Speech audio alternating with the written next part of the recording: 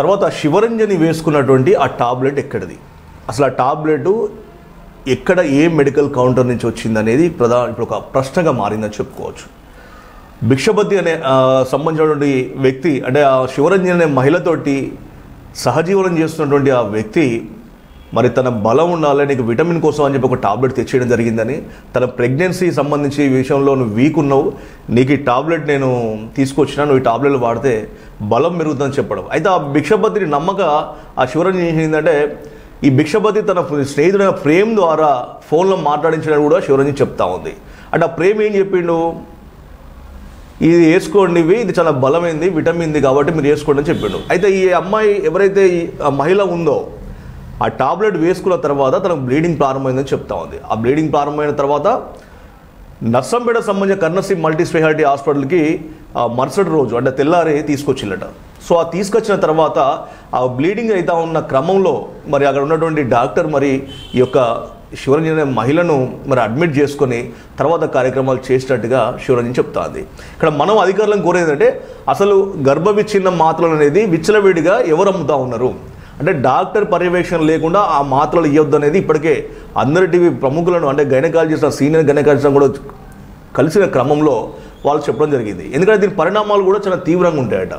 ఎందుకంటే వాళ్ళ పర్యవేక్షణలో మాత్రమే ఆ యొక్క టాబ్లెట్ ఇచ్చినప్పుడు, అంటే అబార్షన్ చేయడానికి కూడా, చేయడానికైనా కొన్ని నిబంధనలు కూడా ప్రభుత్వం ఏర్పాటు చేసింది. ఎంపీటీ యాక్ట్ అంటే మెడికల్ టర్మినేషన్, అంటే ఏదైతే ఉందో ప్రెగ్నెన్సీ ఆఫ్ యాక్ట్ ప్రకారము ఇన్ని వారాల వరకు ఈ యొక్క గర్భాన్ని తీసేసుకోవచ్చు, అది కూడా భార్యాభర్తల సమ్మతితోటి మాత్రమే తీసేయాలి. ఈ ఇద్దరిలో ఎవరు ఒక్కరు వద్దన్నా కూడా ఆ యొక్క ప్రక్రియ నిలిపివేయాల్సిందే, లేదని బలవంతంగా చేస్తే మాత్రం చట్టపరంగా చర్యలు తీసుకోవాల్సిందే ఉంటుందట యాక్ట్ ప్రకారం.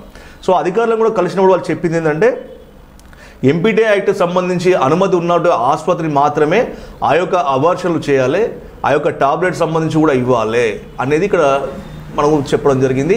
పూర్తి స్థాయిలో యాక్ట్ కూడా అదే ఉన్నది. కానీ ఇక్కడ ఏం జరిగింది, శివరంజని విషయంలో శివరంజనికి ఒక టాబ్లెట్ ఇచ్చి ఆ టాబ్లెట్ ద్వారా బ్లీడింగ్ అయిన తర్వాత మళ్ళీ ఆసుపత్రి తీసుకుపోయి ఈ యొక్క తతంగం అంతా పూర్తి చేసినట్టుగా కూడా కొంత శివరంజని అయితే చెప్తా ఉంది. అయితే ఇక్కడ మనం అధికారులను మళ్ళీ కోరేది ఒకటే, ఆ టాబ్లెట్ ఎవరు ఇచ్చిళ్ళు, ఆ ఇచ్చిన ప్రేమ్ అనే వ్యక్తి ఎవరు, అసలు ఆ ప్రేమ్ అనే వ్యక్తి ఎవరు, ఆ ప్రేమ్ అనే వ్యక్తి భిక్షపతికి ఇవ్వడం వెనుక ఉద్దేశం ఏంది, అసలు నర్సంపేట నుంచి, అంటే వరంగల్లో ఉండేటువంటి శివరంజనికి నర్సంపేట నుంచి ఆ యొక్క ప్రేమ్ ఫోన్లో మాట్లాడాడు అని చెప్పేసి శివరంజని చెప్తా ఉన్నది.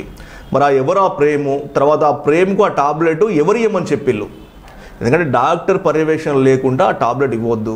తర్వాత డాక్టర్ సంబంధించిన ప్రిస్క్రిప్షన్, అంటే డాక్టర్కి వాళ్ళ యొక్క రక్తహీనత కానీ, రక్తం ఎంత ఉంది, తర్వాత తన బ్లడ్ గ్రూప్ సంబంధించిన రక్తం అందుబాటులో ఉందా లేదా, ఇవన్నీ పరిణలో తీసుకున్న తర్వాతనే ఆ యొక్క పేషెంట్కు, ఎవరైతే కావాలనుకుంటున్నటువంటి పేషెంట్కు వాళ్ళు పూర్తి సంబంధించినటువంటి అవన్నీ కూడా చెక్ చేసిన తర్వాత మాత్రమే ఈ యొక్క టాబ్లెట్ ఇస్తారనేది మనకు నిపుణులు చెప్తా ఉన్నారు. మరి అటువంటి క్రమంలో ఎవరి ప్రమేయం లేకుండా ఈ ప్రేమ్ అనే వ్యక్తి భిక్షపతికి టాబ్లెట్ ఎట్లా ఇచ్చిండు, అంటే ఆ ప్రేమ్ ఎవరిని అడిగిండు, ప్రేమ్ ఒక డాక్టర్ని అడిగినా చెప్తా ఉన్నాడు అని శివరంజని చెప్తా ఉన్నది. అసలు ఇంతగా ఎవరు ఆ ప్రేము, తర్వాత ఆ ప్రేమ్ అడిగిన డాక్టర్ ఎవరు, అంటే డాక్టర్ని అడిగినా ఇస్తున్నా నీకు అని చెప్పేసి శివరంజనికి ఫోన్లో చెప్పినటువంటి ప్రేము అడిగిన డాక్టర్ ఎవరు, ఇవన్నీ కూడా అధికారులు ఖచ్చితంగా కూడా విచారణ చేపడితే మాత్రం నిజాలు తెలిసే అవకాశం ఉంది.